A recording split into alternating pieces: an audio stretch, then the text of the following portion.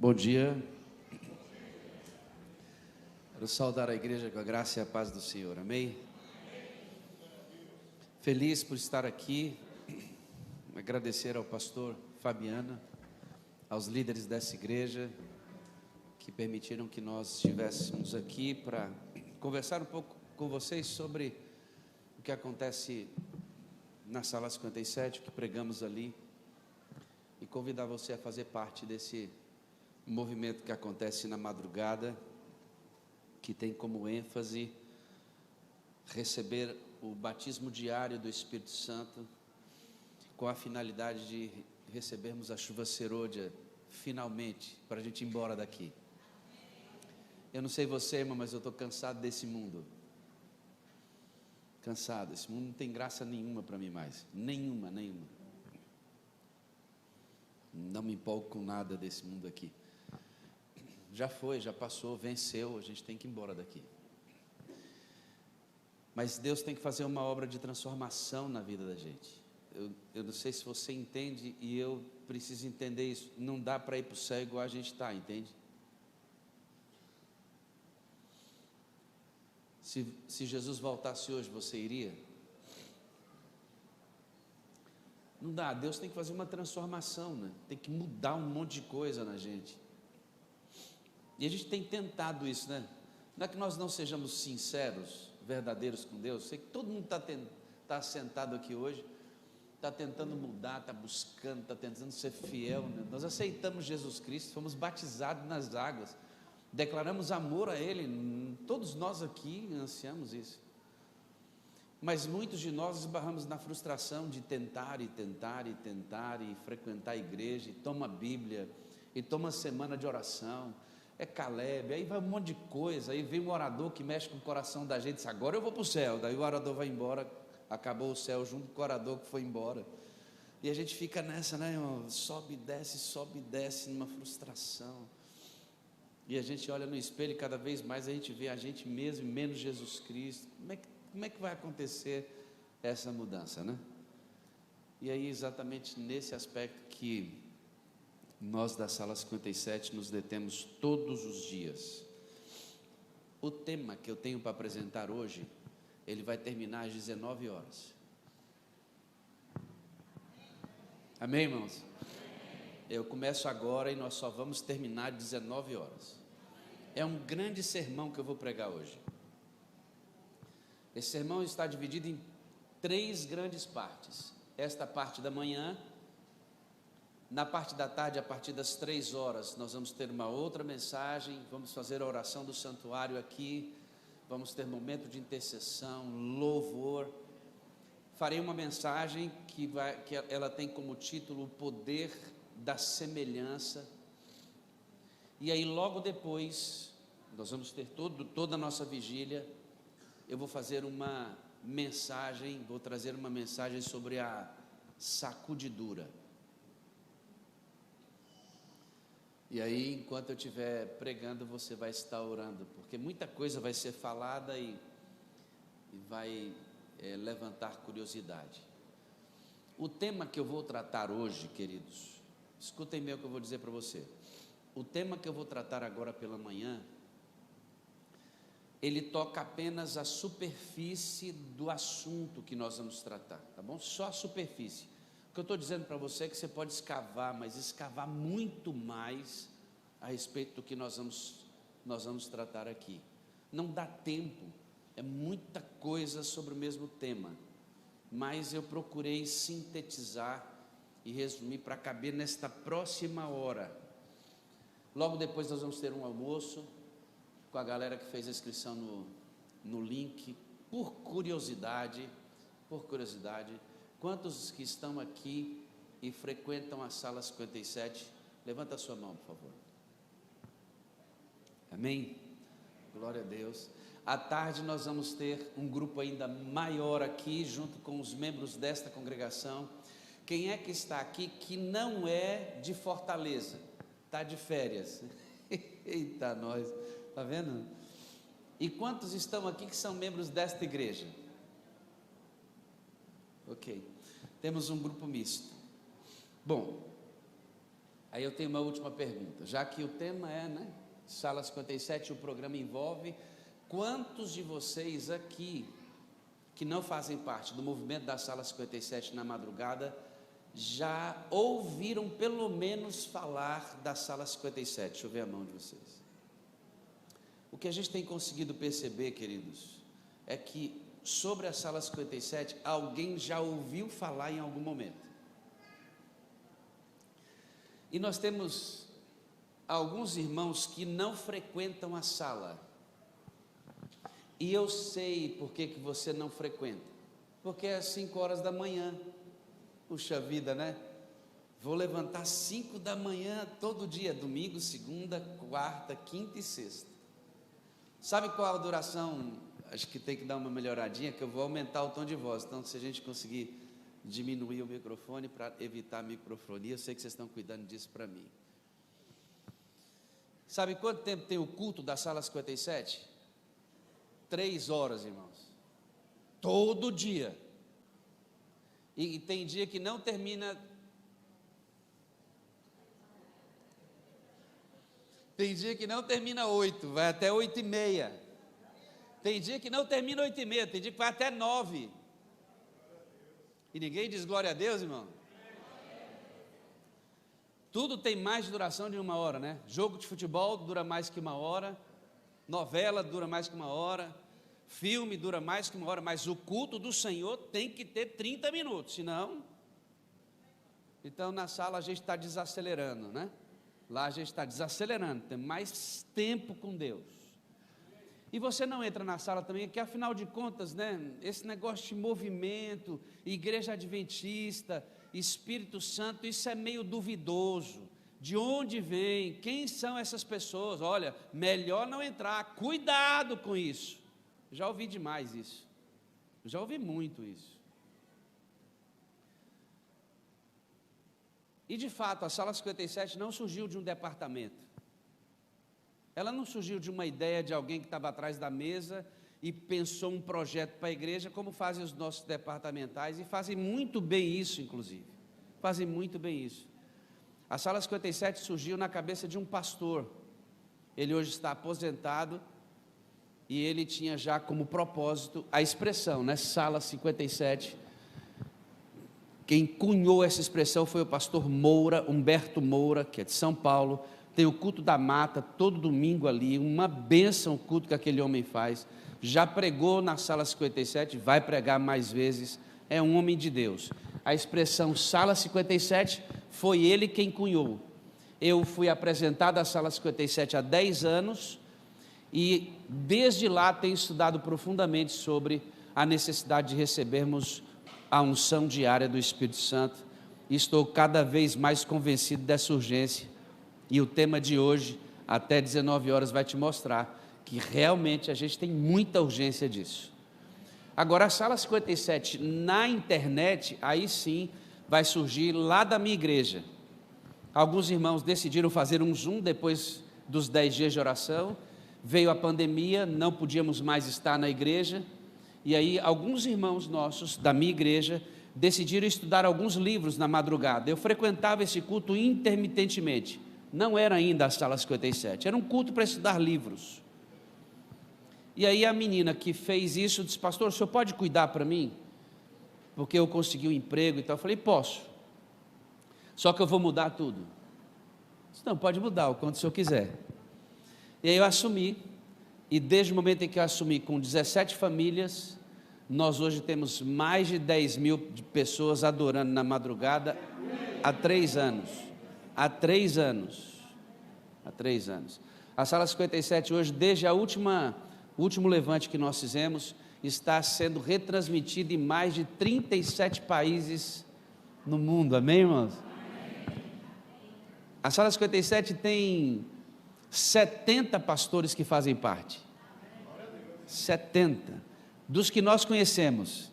Há outros que a gente não conhece, que não são identificados, mas eu sei, participam também do movimento.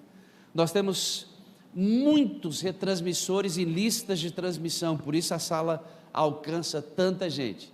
Em especial nós temos os moderadores, que nos ajudam muito, e temos alguns deles aqui. Menininhos e menininhas, levante a mão, por favor. Moderadores. Está ali, está ali. Tem gente lá atrás, lá em cima. O Rogerão está tirando foto.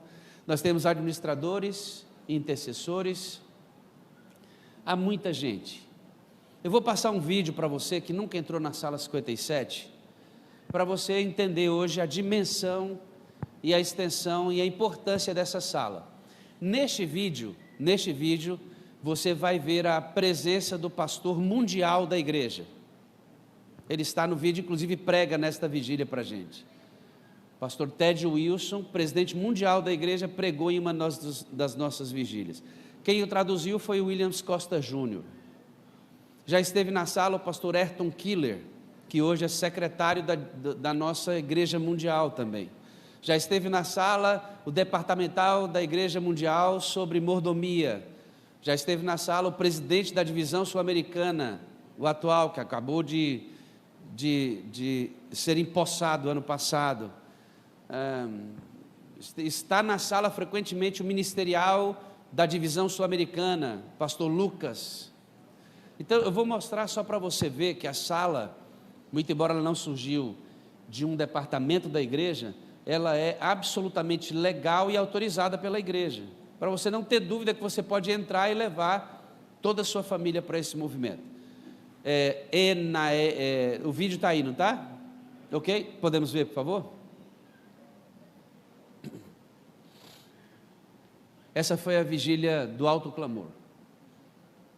Aqui... Na última sexta-feira, um evento online reuniu milhares de pessoas para uma vigília intitulada Por Alto Clamor. Um espaço para dar testemunho do que Esse Deus é o pode presidente fazer mundial da através igreja. da oração intercessória, através do projeto Sala 57. O presidente da igreja adventista, pastor Ted Wilson, assim como outros líderes da igreja na América do Sul e do mundo, marcaram presença para falar do projeto de nome diferente, mas com um significado muito especial. Eu vou te explicar o que significa a Sala 57. Se trata da busca pelo Espírito Santo desde as primeiras horas do dia, mais especificamente entre as 5 e as 7 horas da manhã. Agora são exatamente 5h40 e nós vamos conhecer alguém que já está acordada em busca dessa comunhão. Vem comigo?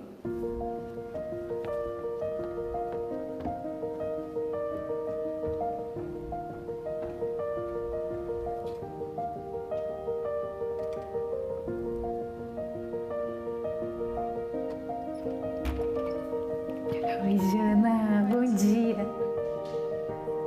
É nas primeiras horas do dia que o programa começa. Quando o sol ainda está nascendo na janela da Janaína, ela já está se preparando para ser aquecida pelo calor de uma figura muito importante da Trindade, a pessoa do Espírito Santo.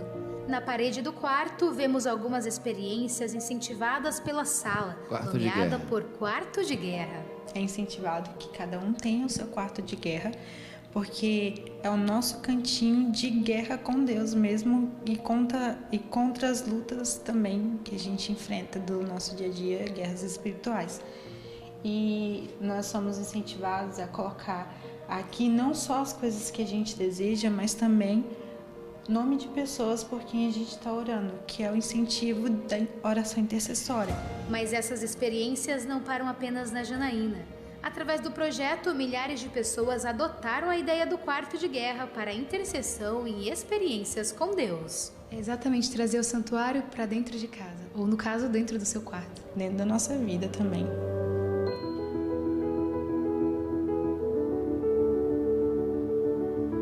A repercussão do link da Sala 57 é um outro motivo de oração. A Anne recebia o link diariamente de uma prima e, após muitas semanas de resistência, decidiu abrir e participar. E como resultado, ela e a família decidiram entregar a vida a Deus através do batismo. Quando eu fui na loja comprar o sapato, todo mundo ficou assustado, porque eu falei que não queria um sapato que fosse clarinho, porque era uma pessoa que ficava na rua e que, né, para não sujar, não parecer muita sujeira. Como assim você vai dar esse sapato para uma pessoa moradora de rua? Eu falei, pô. E como as pessoas se assustam com coisas que deviam ser normais, que deviam ser o nosso dia a dia, né? Não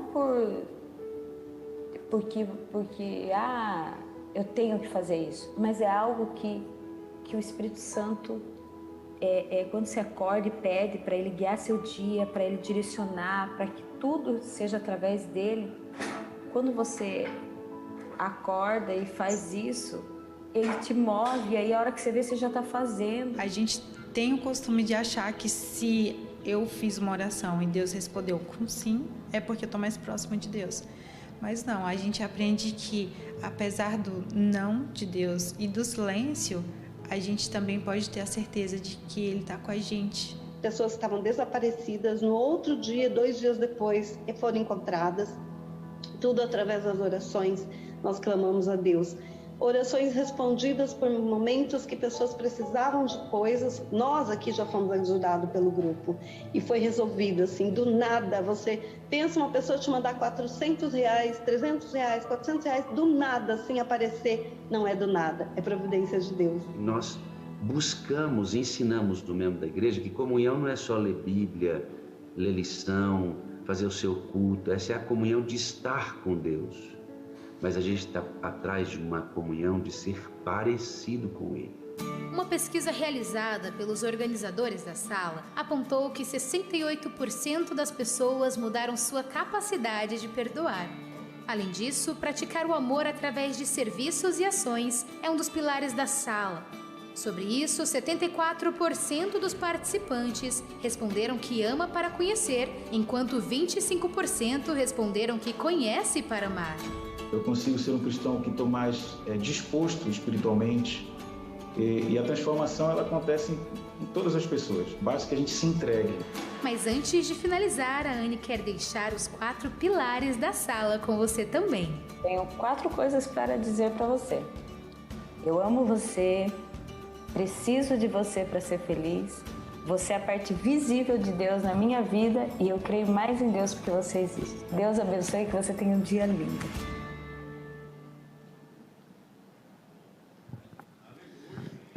Essa matéria foi feita pela Novo Tempo, logo depois da vigília, o alto clamor. Bem, para você que não conhece a sala, conhecer e você ter toda a certeza que você pode entrar ali, que é um lugar seguro. E você vai ser muito abençoado indo para lá. Vamos orar? Eterno Deus, agora vamos abrir o texto sagrado. Há nesta igreja aqui crianças e também idosos, todas as gerações aqui dentro, com capacidade de absorção de conteúdo diferente. E é uma mensagem só, e são muitas necessidades aqui neste templo hoje, muitas, que eu como um ser humano não teria a menor chance de alcançar o coração de cada um aqui. Mas nesse momento pedimos a Ti, a Tua bênção, e que o Teu Espírito Santo, traduz o que eu vou dizer, e que sair daqui desse instrumento falho, ser humano tão carente do mesmo remédio que está oferecendo, seja entendido por toda adoradora aqui hoje, de forma cristalina e transforme a nossa vida, em nome de Jesus, amém, amém e amém. Muito bem, queridos, vamos para o texto da Bíblia. Abra aí em Atos capítulo 1, verso 8, é o livro que vai iniciar a nossa jornada. Lembro a você novamente que esse sermão termina às 19 horas. Eu começo agora e vou terminar esse sermão às 19 horas. Convido você a estar aqui na parte da tarde, vai ser uma bênção.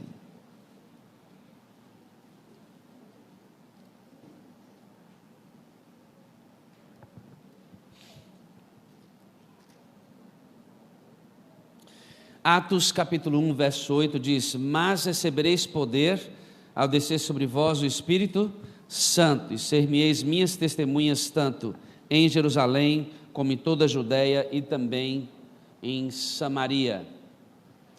Muito bem, a Sala 57 e o meu ministério hoje tem uma ênfase, que é o ensino. Então, não espere hoje aqui, e nem à tarde, um sermão daquele que...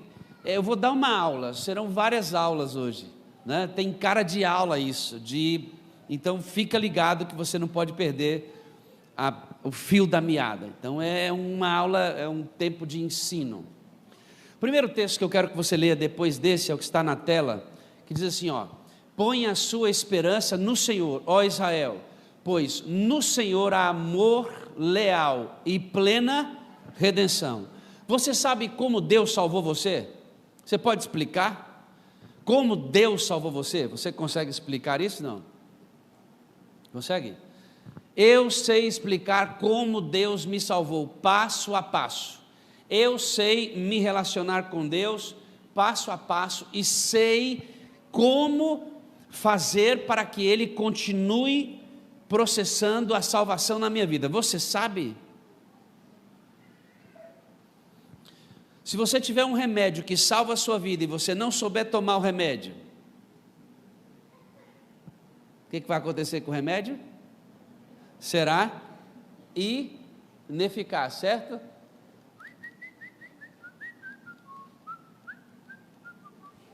Está ligadinho, já liguei, desliguei, liguei, vamos lá, agora foi. Olha o que está dito aí, ó: é de suma importância que todo ser humano, dotado da faculdade do raciocínio, compreenda a sua relação para com Deus. Todos os textos que eu vou apresentar para você hoje são do espírito de profecia, tá bom? Então não preciso nem citar o livro, depois você pega a referência, vai estar aí para vocês copiarem esta mensagem, tá bom?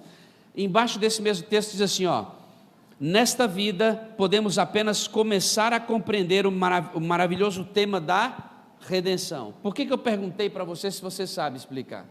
Porque você precisa entender como Deus salvou você, senão o remédio que Ele ofereceu fica ineficaz.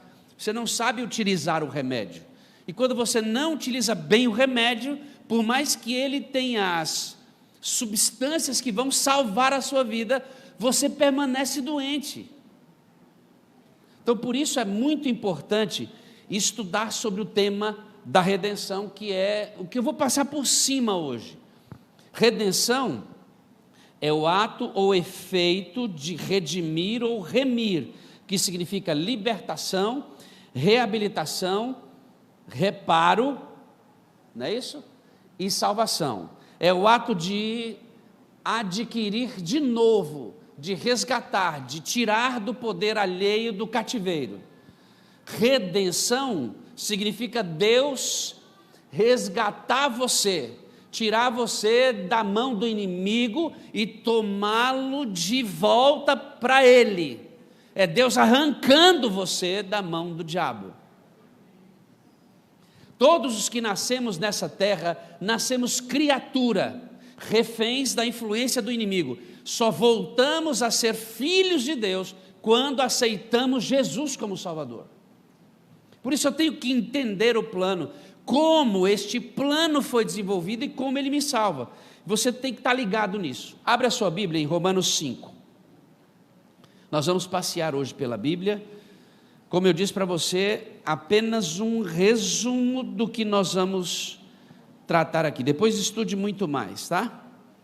Bom, vamos ver o que acontece aqui nesse texto, no versículo 17 em diante.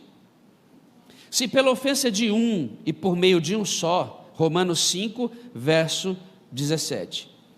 Se pela ofensa de um e por meio de um só reinou a morte, muito mais os que recebem a abundância da graça, o dom da justiça, reinarão em vida por meio de um só, a saber, Jesus Cristo. Entenderam ou não?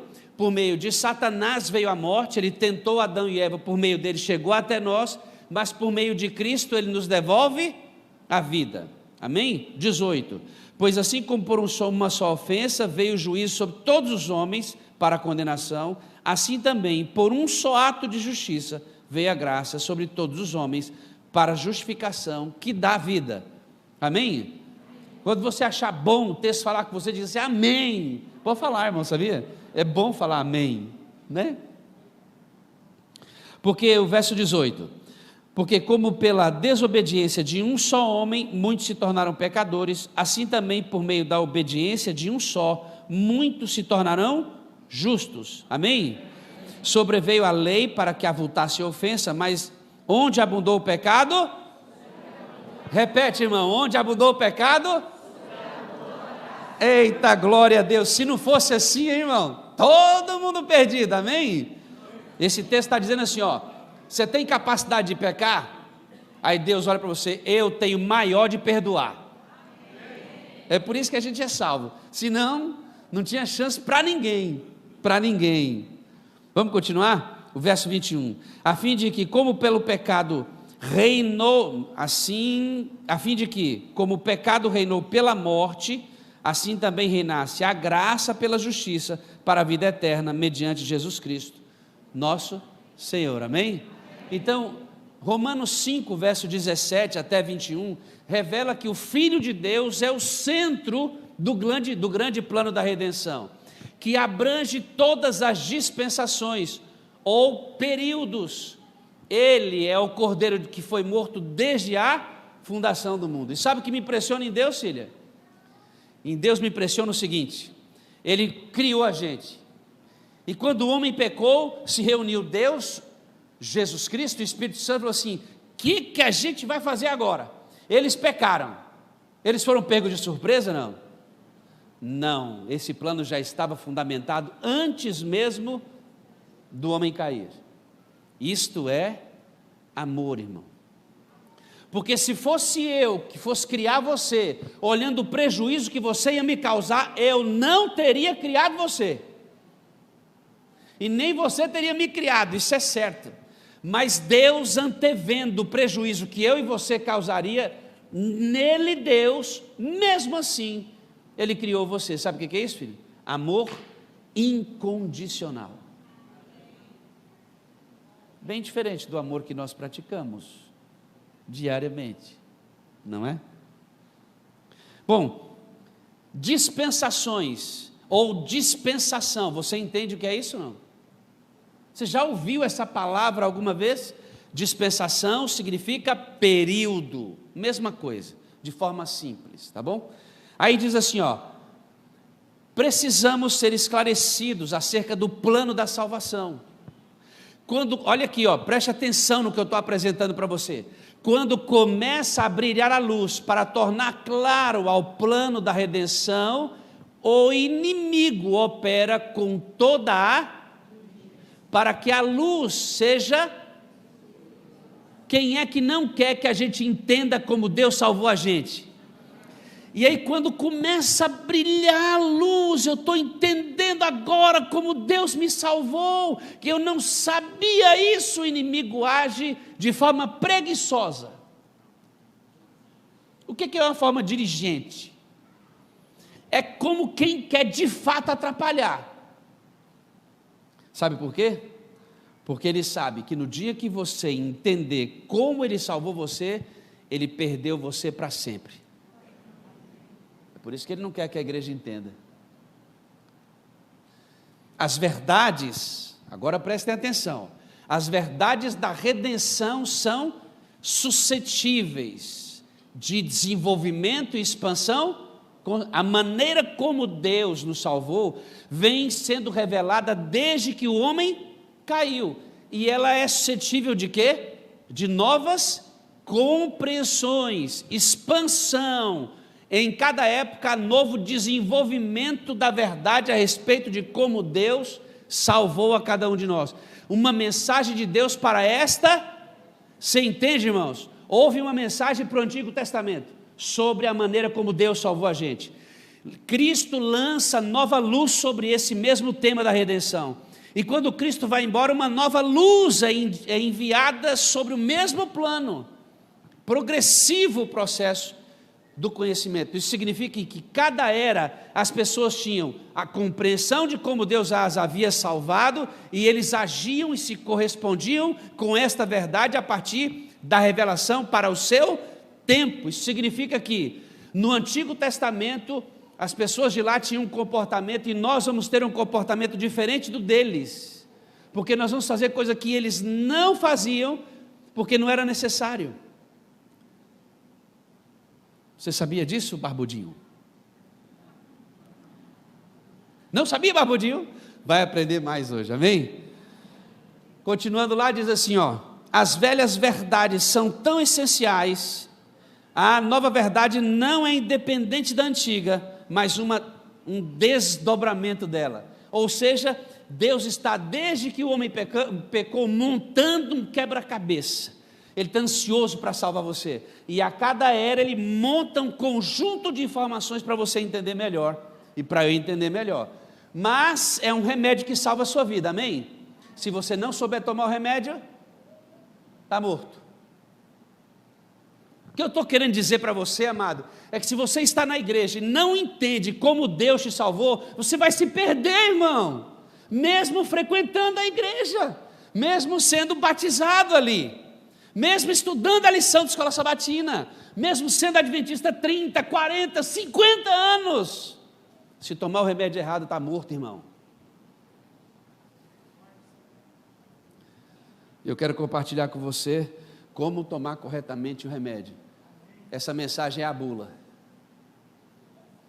Começando com a primeira promessa evangélica, que primeira mensagem evangélica é essa? Que promessa evangélica é esta? Gênesis 3, e o que Gênesis 3, verso 15 diz? Que Jesus ia esmagar a cabeça quem é a serpente? Ele foi vencido, amém? Já está declarado isso, desde que Adão e Eva saíram do Éden, Jesus já era vencedor. E glória a Deus, hein, irmão? Que Deus tremendo a gente tem, irmã. Começando com a primeira promessa evangélica e vinda através da era patriarcal. Que era patriarcal essa? Antigo Testamento. E judaica. Que época é esta? A época de Jesus, quando ele surge, judaísmo, e até o presente. Que presente é esse? Nós. Tem havido um desenvolvimento gradual dos propósitos de Deus no plano da redenção. Entendem isso? Lá no Antigo Testamento, eles conheceram como Deus iria salvar a vida deles. Se relacionaram com essa promessa a partir da luz que tinham. Cristo veio, o povo judaico viu, rejeitou a Cristo e surge o movimento do cristianismo. Depois disso, vem a nossa era, em cada era, um desenvolvimento gradual do tema do remédio para salvar a nossa vida. E eu e você precisamos entender isto. Pastor, aonde está isso mais resumidamente? Portanto, vão e façam discípulos de todas as nações, batizando-os em nome do Pai, do Filho e do Espírito Santo. A época do Pai é a era do Antigo Testamento, amados. No Antigo Testamento não tinha essa ideia de Pai, Filho e Espírito Santo. Isso entra com o desenvolvimento do cristianismo no mundo grego. E os gregos trazem esta visão de Deus, Pai, Filho e Espírito Santo, que está abundantemente revelado no Novo Testamento. Eles são vistos claramente ali. Essa época que o nome de Deus não era nem pronunciado, tão sagrado que é o nome de Deus. A época do Pai. Vem a época dos judeus. Jesus nasce, cresce, assume seu ministério em 3 anos e meio, morre, vai aos céus e hoje está no santuário celestial, intercedendo por nós, amém? E qual é a nossa era? Qual é o nosso período? Qual é a nossa dispensação? Dispensação do Antigo Testamento, dispensação de Cristo e dispensação do Espírito Santo. E nós temos que entender que o remédio que a gente toma precisa incluir um mergulho nos 3, não em um ou em outro, nos 3, um mergulho profundo neles, ou vamos morrer. Disse, não tenho tempo, preciso fazer com que nesta hora eu apresente esse tema do início da mensagem, que vai terminar às 19. Se eu fosse você, não dormiria hoje. O serviço sonário, irmão, cuidado com ele. Amém, crente? Amém, né, irmão? Fala assim, repete, eu não vou dormir hoje. Eu vou para a igreja. à tarde, adorar, celebrar, me alegrar com minha salvação, amém? Eu vou. Eu quero é ver, irmão. Quero é ver. Meu amigo, 2h30 eu vou estar ajoelhado orando pela sua cama. E ela vai começar a tremer. O que está acontecendo aqui? Sou eu orando. Você tem que vir para a igreja, irmão. Você tem que ouvir o resto dessa mensagem. Amém? Aonde a gente chega para o crente vir para a igreja, irmão. Prometer que a cama do crente vai tremer, não é? Oh, glória a Deus, né? Vamos lá. Oi. Irmão, então venha. Ó, esse texto é poderoso. Virtualmente fazemos um solene juramento em nome do Pai, do Filho e do Espírito Santo, de que daí em diante nossa vida será imersa na vida dessas três grandes. Ei, olha para mim. Quando você sai do tanque, eu, pastor, te batizo em nome de quem? Do Pai, do Filho e do Espírito Santo. Ellen White está dizendo que quando a gente sai dali, nós declaramos que vamos viver uma vida de imersão nas três pessoas da divindade. Imersão nas três pessoas. E hoje eu tenho um recado, irmãos, para nós, que vai deixar você muito preocupado sobre o que nós vamos estudar aqui hoje. O fato de que fomos batizados em nome do Pai, do Filho e do Espírito Santo é uma garantia de que essas potências, como é que Ellen White chama Deus? O Pai, Deus o Filho e Deus o Espírito Santo, de potências. Eita, glória a Deus, irmãos. Ela diz, quando somos batizados, ela diz assim, essas potências nos assistirão em todos os nossos apertos, quando quer que os quando quer que os invoquemos. Se eu não invocar o Pai, Ele não estará comigo. Se eu não invocar o Filho, Ele não estará comigo. E se eu não invocar o Espírito Santo, Ele não estará comigo. Remédio mal tomado é remédio sem eficácia. E vocês vão descobrir um erro gravíssimo que nós podemos estar incorrendo em oferecer remédio para os irmãos e para nós mesmos. Talvez a gente identifique hoje por que temos tanta fraqueza espiritual. Aí diz, porque todas as vezes que porque todas as vezes que comerdes este pão e beberdes o cálice, anunciais a morte do Senhor até que Ele... Pastor, o senhor estava falando de Pai, Filho, Espírito Santo, de estar imerso nessas três pessoas, e de repente entra em 1 Coríntios 11, 26, o texto sobre a Santa Ceia. Você sabe que isso aí está falando de quê? Da Santa Ceia. O que tem a ver a Santa Ceia com o tema de hoje? Veja que coisa interessante. Olha o que está escrito aí. Ao estabelecer o rito, sacramento para substituir a Páscoa, você sabe que a Santa Ceia substituiu o quê? A Páscoa, porque com a morte de Cristo o véu do santuário se rasga, e toda aquela cerimônia que havia dentro do santuário, a morte do animalzinho não era mais necessária. Então Cristo substitui o animalzinho pelo pão sem fermento. E olha que coisa mais linda, irmãos, que coisa mais poderosa. Ele substitui o sangue, que só o sumo sacerdote, ou o sacerdote podia tocar na adoração, para o cálice que vai para a sua mão, e você agora pode participar com sangue também. Não é poderoso isso, queridos?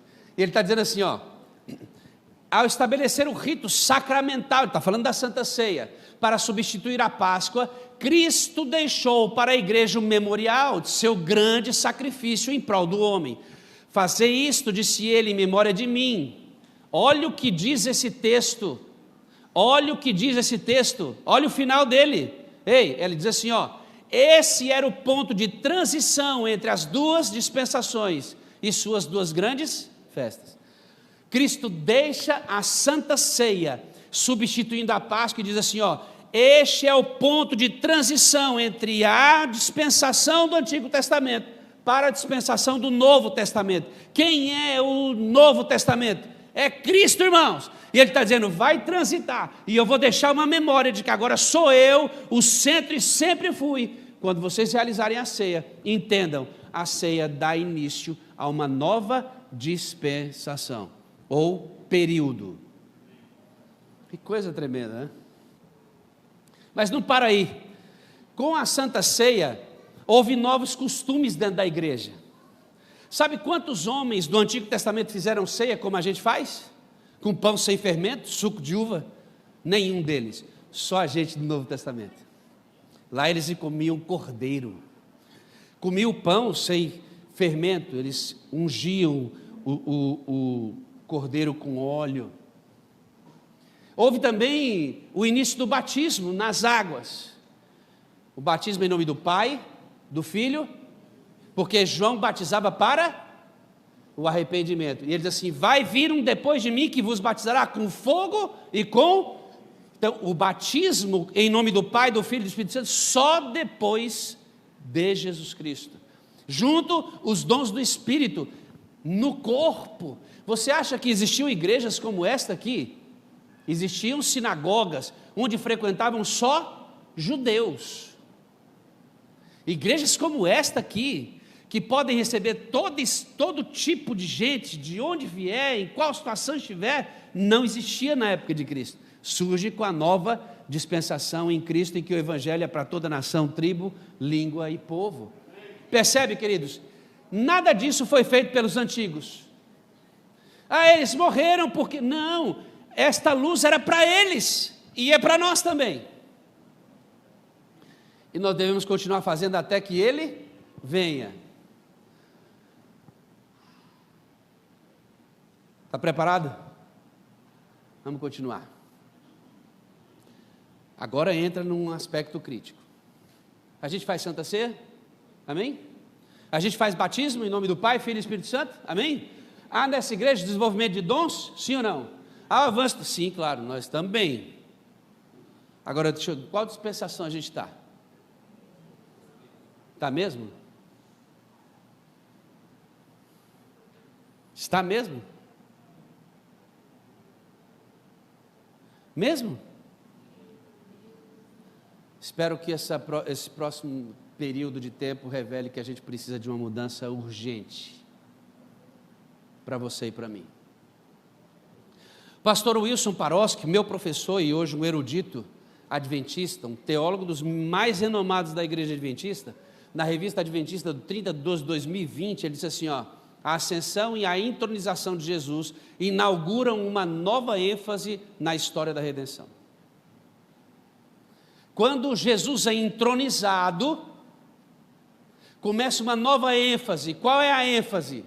Esta aí, todavia digo-vos a verdade, que convém que eu, porque se eu não for, o Consolador não, mas quando eu for, o que acontece aí, irmãos? Nesse momento, segundo o pastor Wilson Paroski, a Bíblia, o Espírito de Profecia, começa a dispensação, o período do Espírito Santo.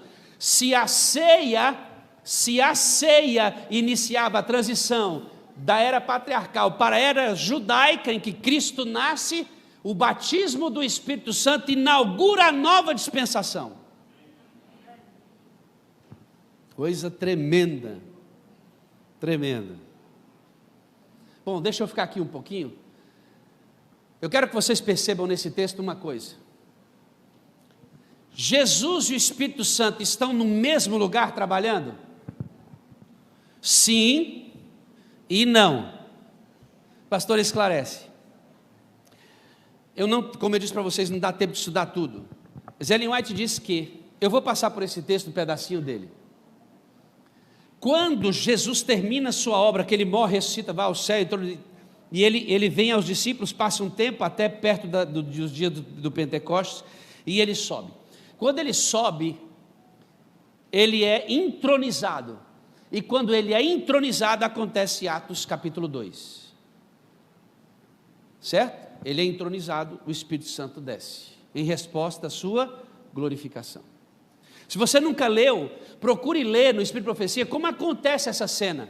O Pai, quem prometeu o Espírito Santo a Jesus? O próprio Pai, ele entrega o Espírito Santo a Cristo e Cristo derrama sobre sua igreja. Leia, é lindo Ellen White escrevendo isso. Há uma troca. Jesus vai para o céu em personalidade humana, ilimitado por ela, e ele envia o Espírito Santo sobre sua igreja, amém? Aí dá início a nova dispensação, que o pastor Wilson Paroski diz que inicia uma nova fase. Aí vem Atos 2, depois você pode ler e se apropriar desse texto, é muito importante. Você acha que o tema que eu estou apresentando é importante? Sim ou não? Sim. Puxa, pastor, mas olha só, não é... No céu tem concílio, sabia? Eu não sei como é que eles acontecem, só sei que tem, está revelado. E olha o que os concílios do céu estão preocupados lá. Os concílios do céu estão olhando para ver que estáis tornando conhecido o significado da dispensação, quando Deus, Jesus, o Espírito Santo, os anjos e todos que participam desse concílio, quando eles se reúnem no céu, eles ficam olhando para a igreja adventista da Aldeota, para o pastor daqui, para os anciãos daqui, para os líderes de departamento daqui, eles ficam olhando desde o céu, perguntando assim, esse pessoal daí está ensinando para os irmãos como é essa questão da dispensação do Espírito. Eles estão gastando tempo com isso, os cultos ajudam aos irmãos a entenderem isso, o céu está preocupado com isso. Isso é texto de profecia, irmãos. Eu preciso ficar mais parado, irmão, porque eu ando muito, né? Atrapalho vocês, né? Vou ficar mais aqui, pertinho, é? Tá bom. É que eu atrapalho esses negócios de... eu sofro com o culto filmado, porque se não fosse, já estava no meio da igreja. Eu estou aqui me segurando, irmão. Vamos lá. Os concílios do céu estão olhando para ver se está se tornando conhecido o significado da dispensação do Espírito Santo.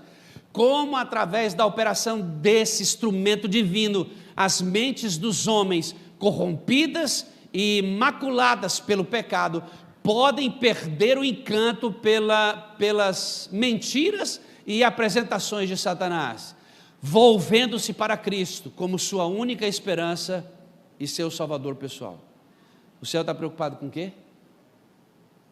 Se a igreja da Aldeota conhece a dispensação do Espírito e como ele trabalha dentro do ser humano, o céu está preocupado com isso.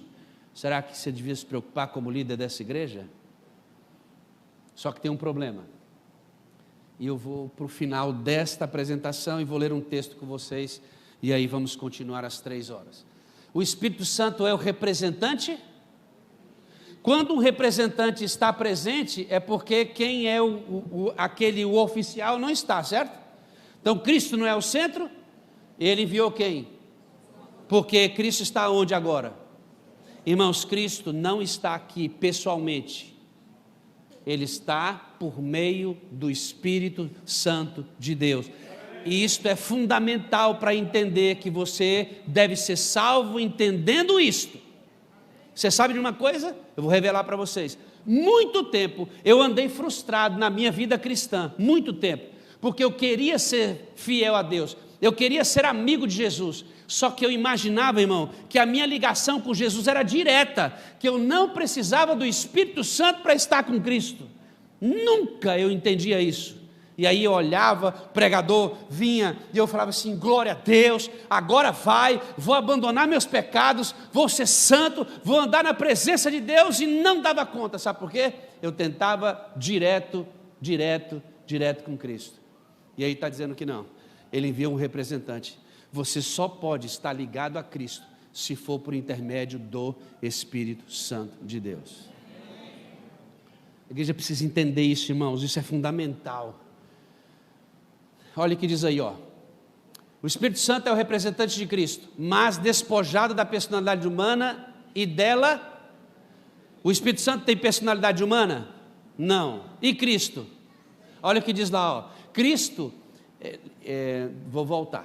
O Espírito Santo é o representante de Cristo, mas despojado da personalidade humana e dela independente. Limitado pela humanidade, Cristo não poderia estar em todas as partes ao mesmo tempo, certo? Em pessoa. Pelo Espírito, o Salvador seria acessível? Repete isso aí, irmão. Pelo Espírito. Irmão, repete isso. Repete. Pelo Espírito, o Salvador seria acessível. Ei, uma igreja que não tem o Espírito Santo de Deus pode parecer igreja, mas não está ligada ao Salvador. Ou você acha que muitos serão rejeitados por Cristo, por quê? Eu não conheço você, sabe por quê? Não tem o Espírito Santo na vida. Não cresce, estagna, envelhece, enruga, e é difícil de cuidar dessa igreja. Cristo declarou que depois de sua ascensão, havia de mandar a sua igreja como o supremo dom, o consolador que lhe havia de ocupar. Irmãos, o Espírito Santo veio ocupar o lugar de Cristo. Tem como dar errado? Não tem, sabe por quê? A função do Espírito Santo é glorificar Jesus. Então ele está aqui, ele está no lugar de Cristo, porque Cristo agora está no santuário, e o trabalho dele é aparecer? Não, mas ele tem que ser conhecido, e mais conhecido, nós teremos mais e mais Jesus. Esse Consolador é o Espírito Santo. Olha, queridos, esse texto como ele é poderoso. É o Espírito que torna eficaz o que foi executado pelo Redentor. Meu Deus, quando eu descobri isso, o que ele está dizendo aí, irmão, é que a cruz de Cristo, se não fora o Espírito Santo, não teria eficiência. Vocês ouviram? A cruz de Cristo, se não fosse a atuação do Espírito Santo, não teria eficiência. Deixa eu explicar para você. Acorda, irmão. Epa, vou fazer igual na sala. Fazer igual na sala. Opa, irmãozinho, bora. Eu faço assim na sala quando os irmãos começam a dormir. Posso não, irmão, esse assunto é importante. Escute aí, ó. O sacrifício de Cristo é suficiente para me salvar, sim ou não? Absolutamente suficiente. Não precisa de mais nada. Só que se não houver um Espírito atuando em você, este sacrifício não te convencerá de tão ruim que tu é. Diz assim, ó, eu sou ruim, fala. Não, tu não presta mesmo não, irmão. É verdade, isso não é agressão não, irmão, é reconhecimento. Fala assim, eu não presto, fala, irmão, eu não vale nada, sou o resto. Tá rindo, irmão, isso é isso mesmo. Tá achando cheirosinho só porque passou o perfume? Não, ó, nós... A única chance, irmão, de você olhar para a cruz e falar assim, eu quero aceitar Jesus, é que o Espírito Santo lhe convença. Se ele não fosse enviado, você não seria convencido, irmão. É do Espírito Santo, é pelo Espírito Santo que a operação, que o coração, porque aqui é melhor para eu ler, mas não vou ficar de costas não. É pelo Espírito que o coração é purificado, pelo Espírito que o crente se torna. Cristo deu seu Espírito como para o quê? Todas as hereditárias e para que o mal, para o mal e para imprimir seu caráter, é privilégio de todo filho e filha de Deus ter o quê? Mas a gente está com um problema grave, irmãos, e eu vou ler para vocês. A dispensação em que vivemos deve ser para os que pedem a dispensação do Espírito. Na época de Jesus, ninguém pedia o Espírito Santo. Mas quando ele foi, qual foi a ordem que ele deu? Os antigos não pediam, mas no desdobramento da luz, no desenvolvimento das dispensações, em nossa época, irmão, no período do Espírito Santo, você só vai ter atuando dentro de você, irmã, se você pedir.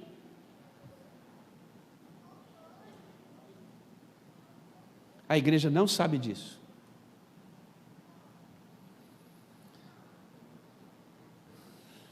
Pedi-lhe a bênção. O Senhor espera que o façamos. Quem é que está esperando que você peça? Esse Senhor aí quem é? Jesus, irmãos. Ele não foi quem vai me mandar o Espírito, está esperando assim, vai pedir não? Você quer vencer seu pecado, não quer? Não vai pedir o Espírito não, eu falei para pedir. Você quer vencer a masturbação, filho? Os jovens que estão me ouvindo aí, quer vencer? Pede o Espírito. Quer vencer a mentira? Tem uns crentes que é rápido para mentir, né? A língua é voraz. Quer vencer a mentira? Pede o Espírito, crente. A gente não pede. A gente fica tentando imitar. Cristo já mentiu alguma vez? Então eu não vou mentir igual Jesus. Crente, para você não mentir igual Jesus, você tem que pedir o Espírito. É uma necessidade do período em que vivemos. Ainda não empreendemos essa tarefa com todo, que tarefa? De pedir o Espírito Santo. Pois se vós, sendo maus, sabeis dar boas dádivas aos vossos filhos, quanto mais dará o Pai Celestial, o Espírito Santo, àqueles que lhe... Quem? Para quem? Pastor, então todo mundo não tem o Espírito Santo? Tem, sabia? Aqui deve ter alguma zona de meretriz, não tem? Lugar onde as mulheres vendem o corpo? Tem ou não tem? Deve ter em algum canto aí. O Espírito Santo trabalha lá? Dentro delas? Não. O Espírito Santo trabalha de fora para dentro nelas, efetuando o querer, convencendo. Ei, você tem que deixar de ser prostituta. Ele fala para ela. Mas para que ela tenha desejo de imitar a Cristo, só quando o Espírito Santo é recebido. E quando é que ele é recebido dentro? Quando pede. Mas o pessoal lá do Antigo Testamento não pediu. Não era necessário. No desdobramento das dispensações, nossa época exige isso. O poder de Deus, olha o que ela diz aí, irmãos. O poder de Deus espera seu pedido. O Espírito Santo está pedindo, está esperando o seu pedido, para que ele então comece a transformar você. Cristo, o grande mestre. Agora esse texto aqui, queridos, é para fechar a conta. Cristo, o grande mestre, possui ilimitada variedade de assuntos, de que escolher, mas aquele em quem mais longamente se demorava era... Qual era o assunto que Cristo mais falava? Qual é o assunto que mais se prega nesse púlpito aqui?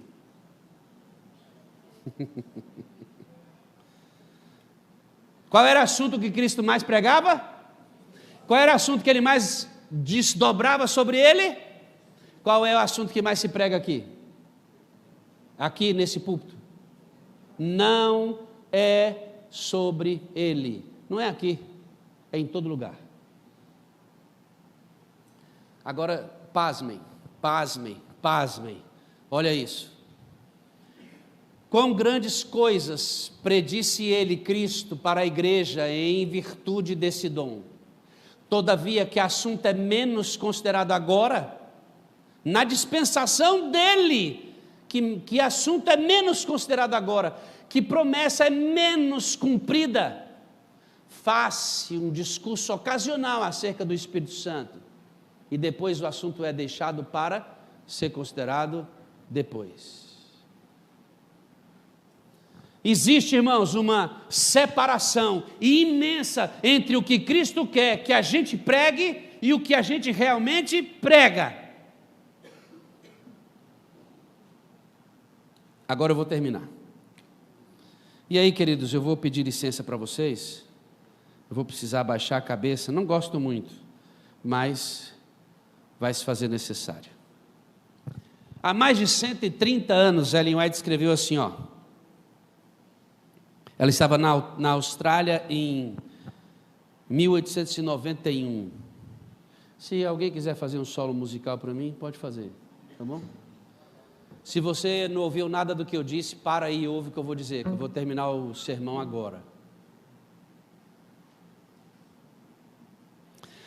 Justamente antes de deixar os discípulos ir para as cortes celestiais, Jesus os animou com a promessa do Espírito Santo. Essa promessa tanto pertence a nós como pertence a eles. No entanto, quão raramente é apresentada ao povo, e pregada sob sua recepção na igreja. Ellen White não disse que eu tenho que pregar sobre o Espírito Santo, se ele é Deus, se não é, tem que pregar, mas ela está falando assim, eu quero que vocês ensinem como é que o povo recebe o Espírito.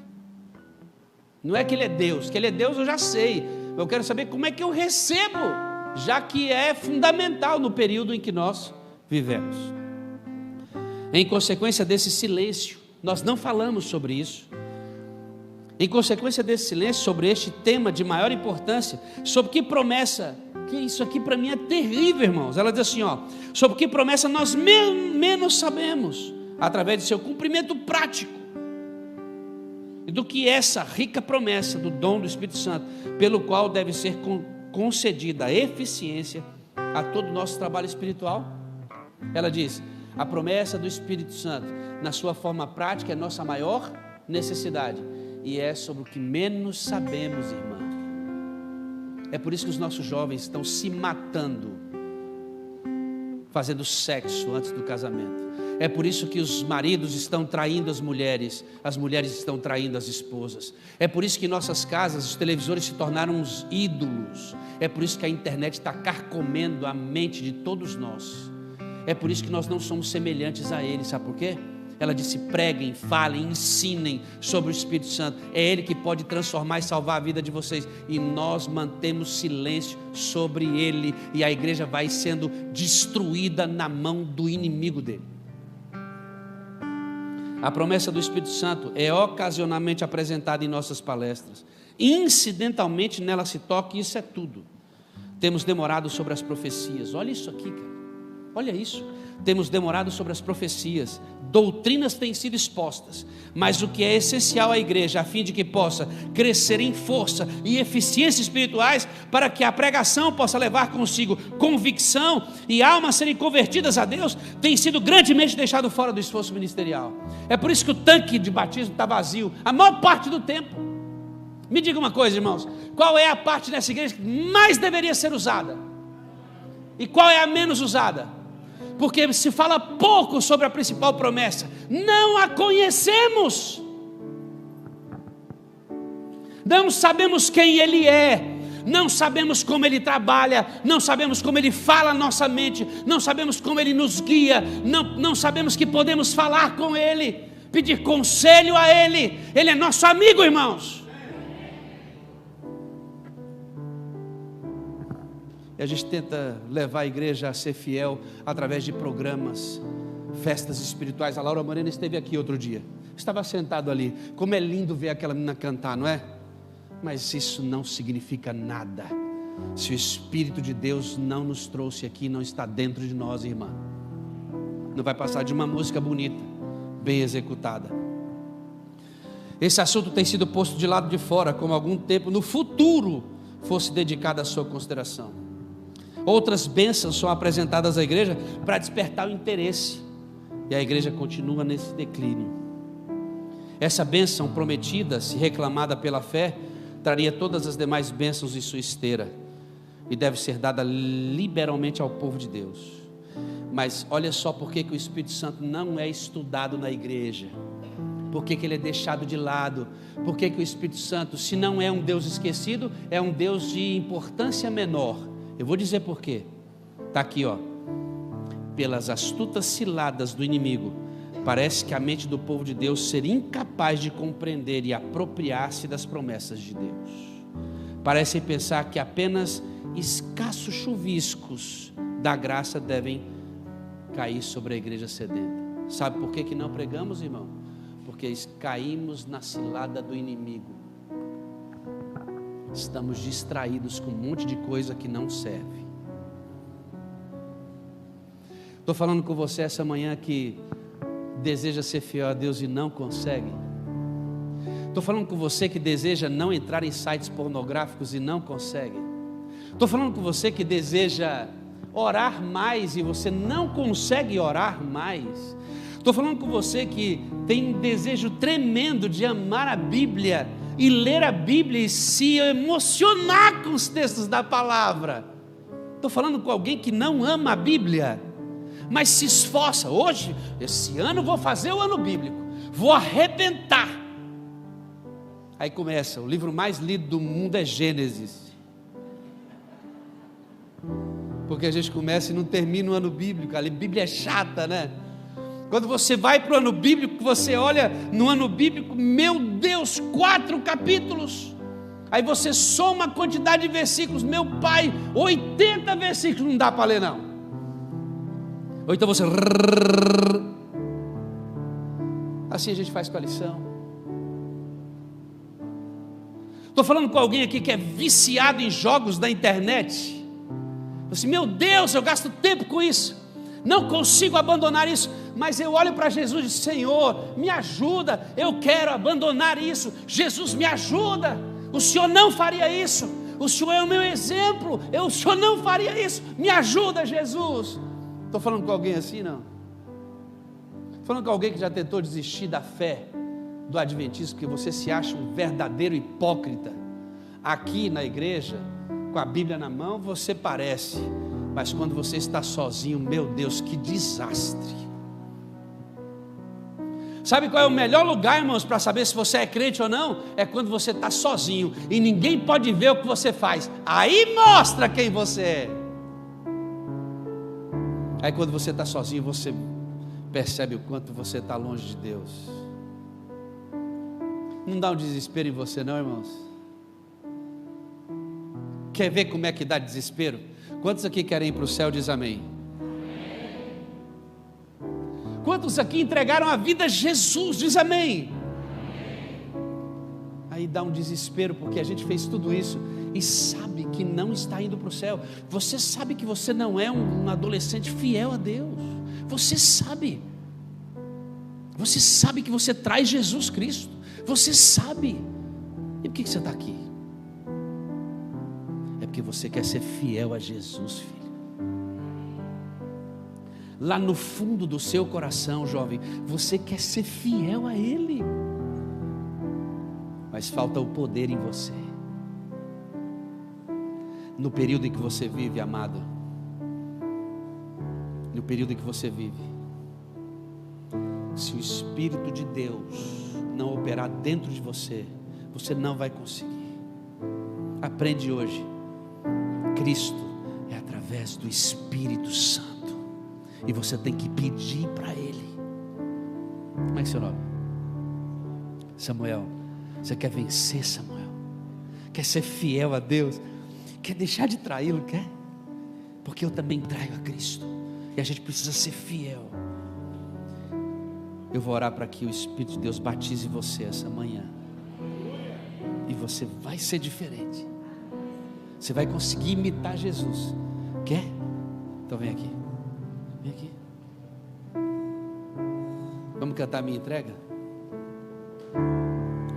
Vem cá, Samuel. Eu não posso fazer um apelo, queridos, aqui hoje.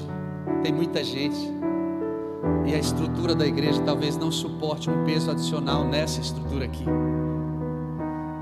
Mas esse cara aqui, ó, ele vai representar você. Ele vai representar você. Ele nem sabia, né? Ele quer ser fiel, não quer, filho? Quero, ora se não. Mas você já traiu Jesus, né? Já. Às vezes quando está sozinho, então esbagaça, trem ruim, né? Não é que você não ama Jesus, é que você não tem poder para imitá-lo. Você sabia que você tinha que pedir o Espírito Santo e Ele agir aqui dentro para você ter poder para imitar a Cristo, ou você ia direto a Jesus? Estou sabendo agora. Ia direto a Jesus. Você ia? Ia. Direto? Sim. Está sabendo agora? Estou. E aí, irmão, a igreja não sabe. Aí fica tentando ser fiel, entendeu? Sem o vento soprar, não vai, irmão. Você quer ser fiel, irmão? Quer parar de deixar Jesus em qualquer esquina? Quer deixar de trocar a Cristo por qualquer coisa, irmão? É? Quer colocá-lo em primeiro lugar? Quer? Aqui, ó, vem pra cá, filhão. Menino bonito, né? Tá solteiro, velho?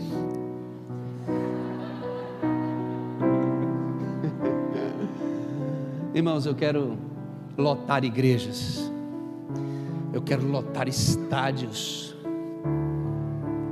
pregando sobre Ele.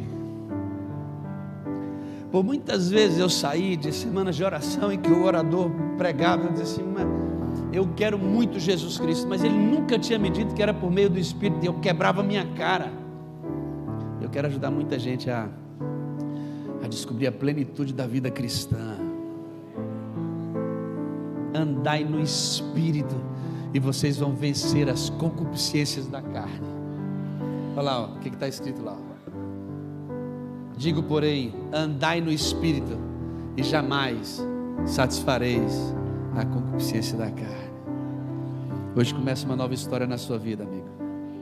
Você será um adolescente quase jovem que será cheio do Espírito Santo de Deus, porque nesse período você vai começar a pedir todo dia, e Ele vai operar de dentro para fora. Tá bom? Vamos ouvir essa música? Você que deseja ser movido pelo Espírito, você vai se levantar. Eu gostaria de todo mundo aqui na frente, mas você vai se levantar onde você está, e nós vamos erguer a mão para o céu e vamos pedir a unção do Espírito, junto com Samuel, para a gente não trair Jesus mais. Amém? Vamos cantar então, queridos. Vamos ficar aqui de ladinho. Deixa Deus falar com você. Agora é hora do Espírito Santo entrar na sua vida, tá bom? Depois eu vou impor a mão sobre a igreja e vou pedir para você que está na internet e aqui também, para receber o Espírito Santo essa manhã. Santo Deus, eu estou aqui ao lado desse menino, representa a nova geração da nossa igreja. Essa geração só será vigorosa se eles aprenderem que precisam receber a unção do Espírito Santo nesta dispensação que começou em Atos capítulo 2. Nessa dispensação, nesse período, a grande característica é sermos semelhantes a Jesus. Esse homem destituído da glória de Deus, como nós somos por conta da nossa natureza pecaminosa, poderá ser transformado à semelhança de Jesus. Ele como nosso grande exemplo, e o Espírito Santo como aquele que faz toda a transformação, mantendo nossos olhos em Cristo Jesus.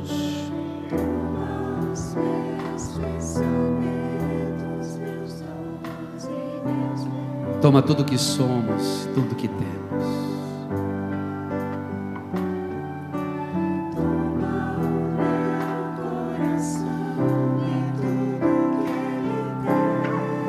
Derrama, Senhor, derrama teu Espírito sobre essa igreja.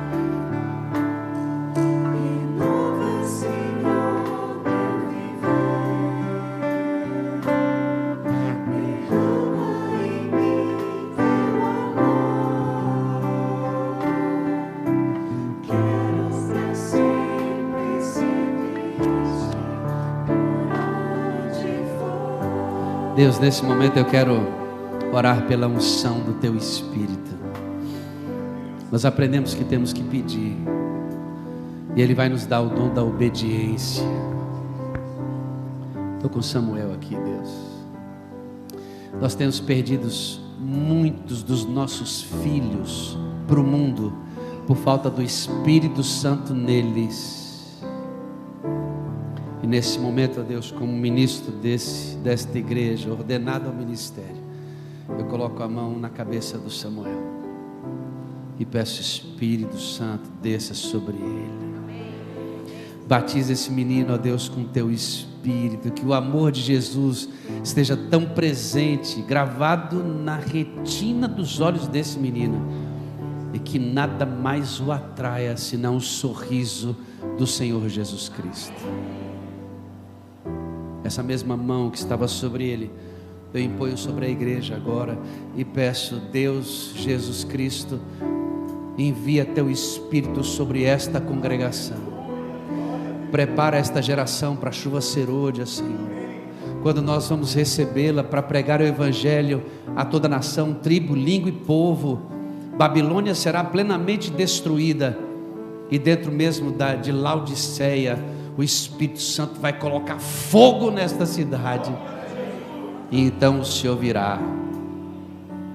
Que nós possamos ter aprendido hoje que neste período em que vivemos, sem pedir o Espírito, nada somos. E nos ensina esse novo estilo de vida. Em nome de Jesus. Amém, amém e amém. Quem está feliz diz glória a Deus. Toma os meus pensamentos, meus dons e meus bens.